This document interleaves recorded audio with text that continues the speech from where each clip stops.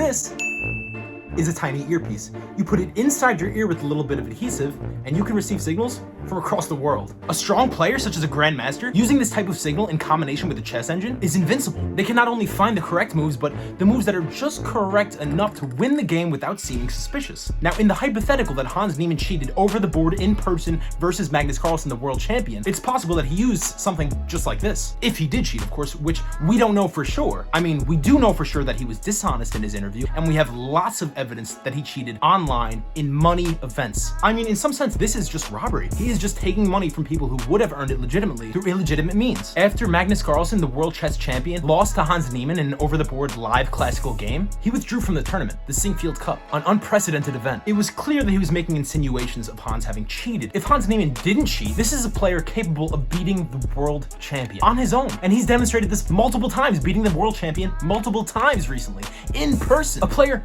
this talented has cheated?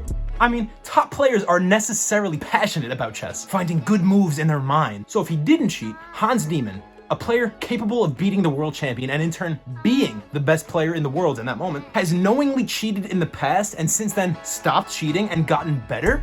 Many people say his post-game interview from the Sinkfield Cup, you know, the famous interview, is very compelling. I could not disagree more. Entertaining-wise, yes, but in being convinced of his innocence? This did not seem like an innocent person getting accused of cheating. Immediately in the interview, after analyzing the game, when he was given the floor, he said, first of all, my accent. You know, some people were accusing his accent of being made up and insincere. First of all, my accent? If innocent, not the fact that you're falsely getting accused of cheating?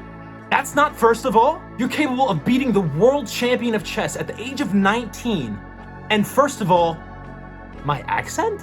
He was never direct in addressing the matter of cheating in the event itself, the thing that caused the whole controversy. He was incredibly inexplicit, constantly redirecting the conversation into other, somewhat related topics. He took stances on things that were as rhetorically honest as possible while walking a tightrope of truth. For example, he admitted to cheating twice, only twice, and Chess.com released a short statement and then a 72-page analysis of the entire situation, which proved him completely wrong. So we know for sure that he was being deceptive. Was this virtue signaling in admitting to only 2 instances of cheating to blind people from the truth of the matter? In the case of someone honest coming under fire from false cheating accusations, why would one take the chance to speak on the matter and direct it to walking on a tightrope, attempting to achieve purely semantic truth somewhat with each sentence, rather than being extremely clear, I did not cheat!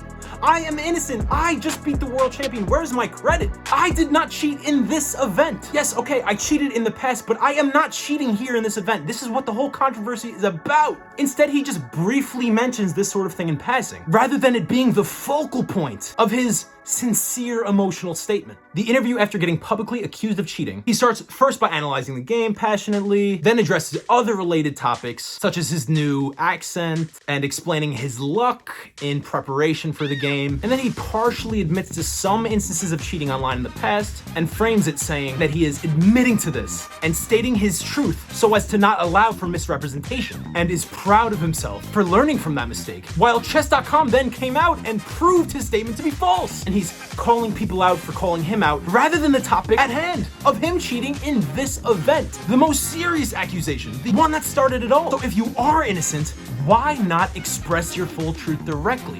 He finishes this exact interview by saying, sorry. If you're innocent, shouldn't the rest of the world be saying sorry to you? Later on, when Magnus faced Hans, he played one move and then resigned the game. This move was knight to f3. I mean, f3? You can't tell me this is not the chess equivalent of the middle finger. f3, I resign. All right, come on. Let me know what you guys think about this. So how could one have cheated in chess? Well, you can check out a link to my old video below that explains exactly how, but some options to cheat in person involve any way that you can receive a signal. Computer chess programs, also known as chess engines, are much stronger than even the top players in the world, including Magnus Carlsen, the world champion. So any way you can follow the game and transmit signals is a way that you can cheat, whether it be people in the crowd live giving you signals, or standing in a certain spot that is code for certain pieces or certain moves, a tiny earpiece like this one, or a vibrating chip anywhere in the body. Of course, the vibrations would correspond with certain signals, and you can easily work out a system where a certain pattern of vibrations corresponds to certain pieces or moves on the board. And this sort of vibrating chip, the signal could be transmitted both ways. For example, if you were to put something in your butt, not only could you receive signals of, vibrations corresponding to certain coordinates or pieces or moves, but you could have the exact same language be transmitted out from the person sitting quietly at the board with just some practice squeezing or flexing their muscles in certain ways that correspond to certain moves or coordinates or pieces, and especially with the help of a grandmaster on the outside, you can translate strong engine moves to more reasonable human-seeming moves. In this way, you can make many mistakes and yet be invincible at the board without saying a word or making a sound. Grandmaster Max DeLugi, a trainer of Hans Niemann's, has been caught cheating multiple times online by chess.com in money tournaments and has since admitted to it. Recently, DeLugi has had some success over the board in person at live tournaments in St. Louis. If DeLugi was involved, that certainly divides the spotlight a bit from Hans onto DeLugi, and if they were working together, who would be more guilty? DeLugi for having been older, and Hans is just 19. I mean, he's just a kid, right? Ultimately, this is merely speculation. Let's be clear, this is just a hypothetical hot take strictly for entertainment. Let me know what you think. I'm excited to see what you guys have to say in the comments, whether it be in agreement or disagreement. Some thoughtful statements would be awesome. Let's have this conversation. Because even if they are all innocent, cheating is still very relevant, not only in chess, but in universities, in other games, in other sports, in other competitions and careers and everything. This applies everywhere. And this conversation is going to just get bigger as the effects of technology expand from the hands of maybe CIA or just old action movies to some kid down the street that wants to get 100 on his spelling test. I mean, theoretically, there are even ways that you could design something where you don't even need the help of an outside source. Entirely independently, you working with technology, you could cheat. You could in effect be a cyborg. Cyborg, of course, being defined by a symbiotic relationship between a human and technology. So what's the craziest way you can think of cheating?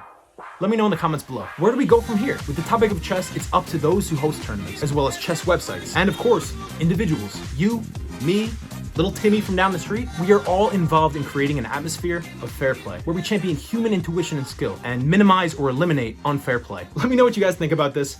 I want to have a good conversation. I want people to disagree with me. I mean, this is purely for entertainment. This is purely speculation. This is purely hypothetical for now, but this does apply outside of even just chess, and it's a conversation that is exciting, interesting, and ultimately has to be had. Let me know what you guys think below. What's your opinion? What's the craziest scenario you can imagine? Make sure you like, comment, and subscribe. Share it with your friends, and let's push this conversation forward.